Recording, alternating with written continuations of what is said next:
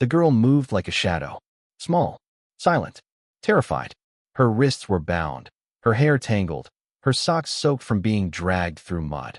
Every step the man forced her to take made her flinch. But she didn't cry. She couldn't. He said crying made him angry. And angry meant pain. The truck door slammed behind her as the man cursed under his breath, pulling her along the gravel road that led deeper into the forest. Move, he snapped. We're almost there. Almost where? She didn't dare ask.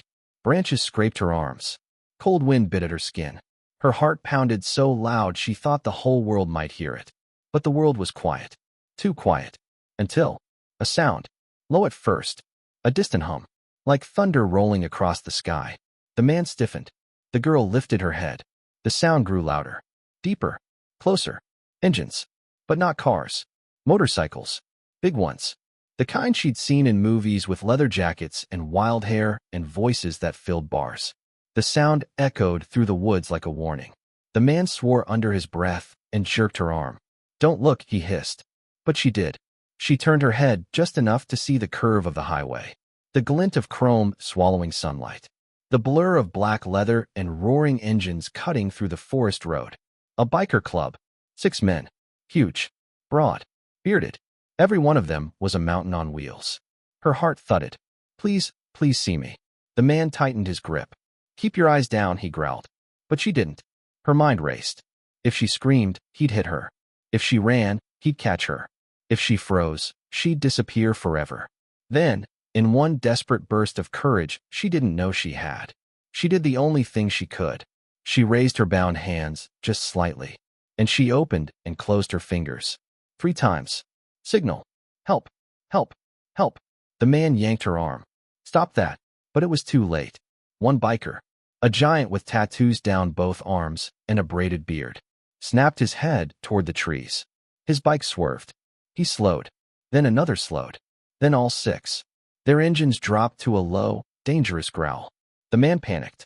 Keep walking, he hissed, pulling her violently. She stumbled. The bikers turned their handlebars toward the gravel road. All of them, one by one, like wolves scenting blood. Their boots hit the ground with heavy thuds as they dismounted. The leader, broad shoulders, scar over one brow, eyes sharp as steel, took a single step toward the trees. The forest fell silent. The man beside her whispered under his breath. No, no, no, no. The girl knew then.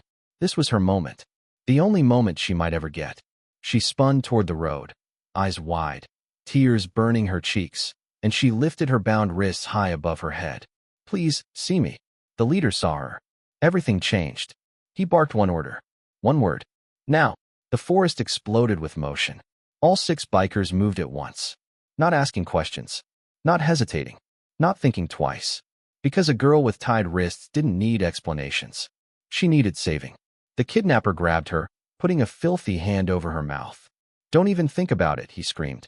But the bikers were already running. Fast. Too fast. The man tried to drag her away. But a biker's boots pounded the dirt behind them. The leader's voice thundered.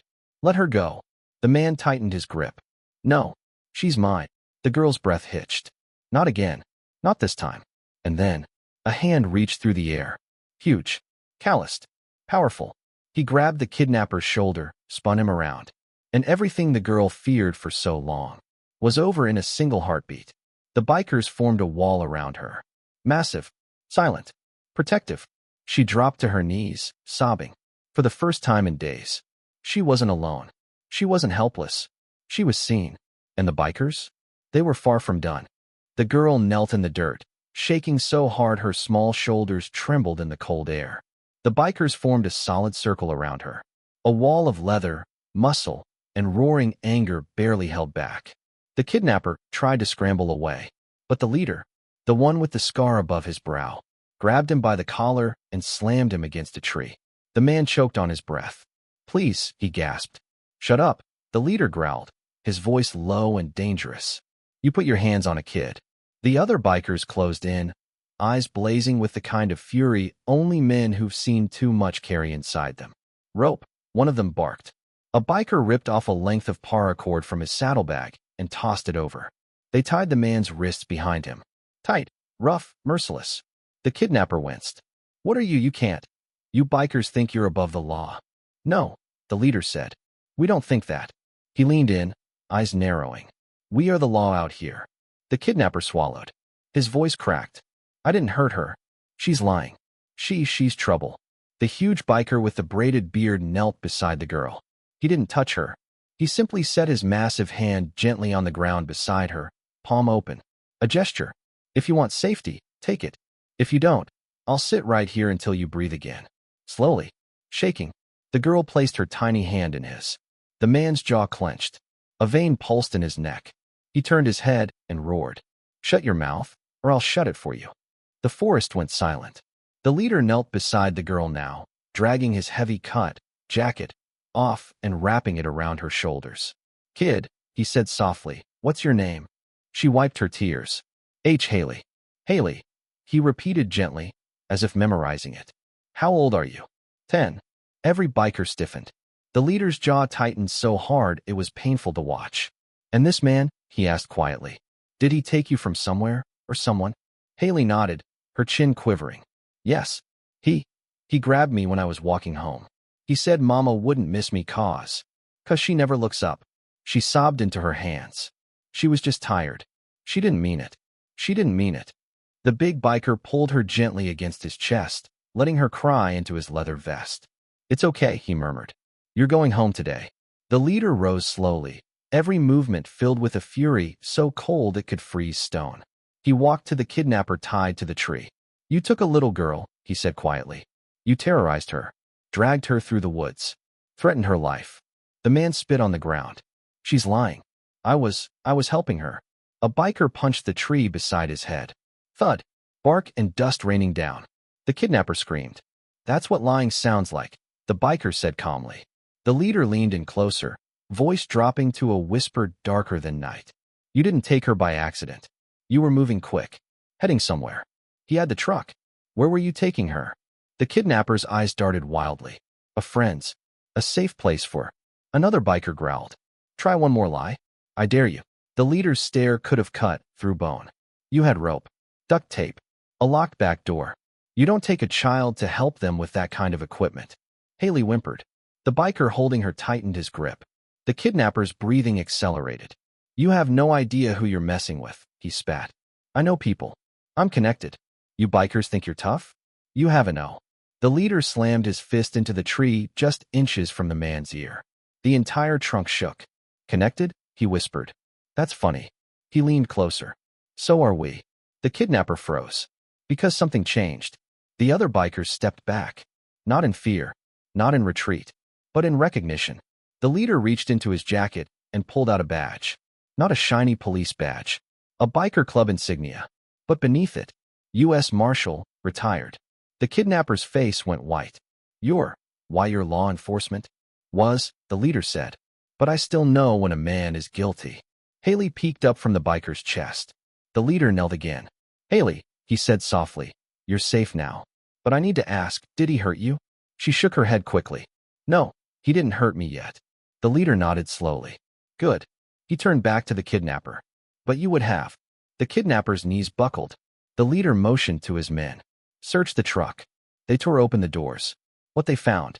Chains, restraints, a chloroform rag, and a phone filled with disturbing messages. Made the air go cold. The leader's voice turned lethal. You were going to sell her. Haley whimpered harder. The big biker hugged her tighter. No, the kidnapper stammered. You can't prove. We don't need to prove anything, the leader said. We caught you in the act. The kidnapper thrashed, panic exploding. You can't take me in. You don't have authority. The leader stepped into the fading light, expression unreadable. You're right, he said calmly. I don't. The man breathed a sigh of relief. Too soon. The leader smirked. But I know someone who does. He pulled a phone from his pocket and pressed one button. Bring them, he said. Within minutes, sirens echoed through the woods.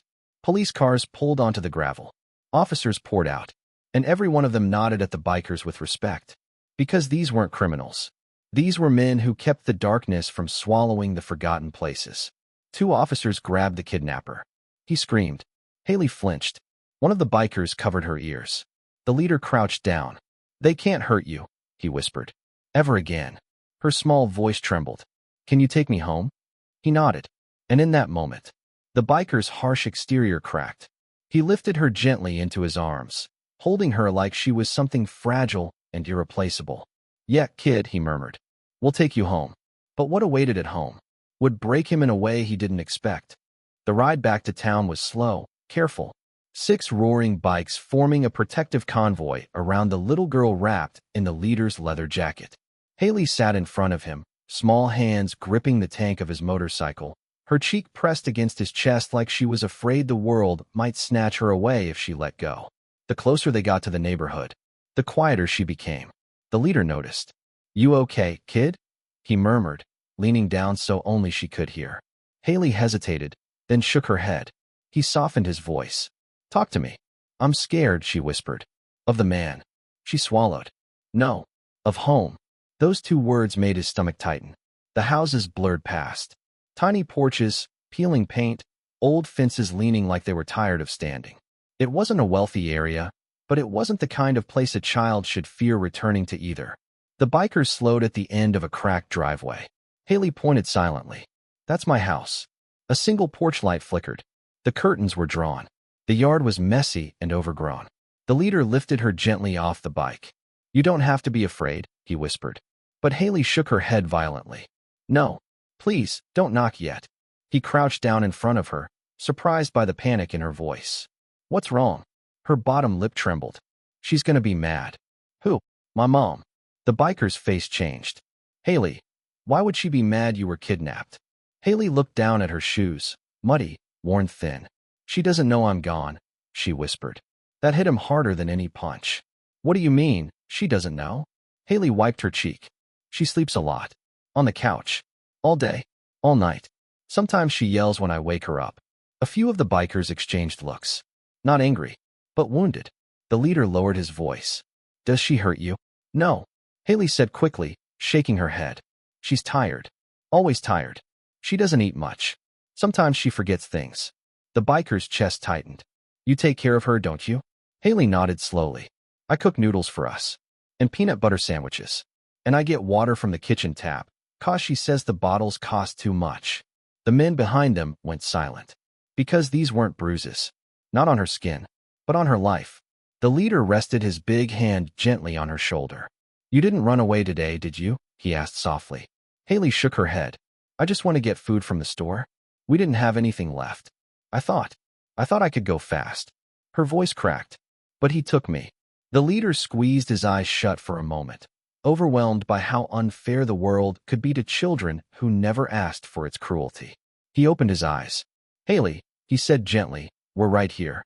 And we're not going anywhere. Let's take you home, okay? She nodded, though her hands shook.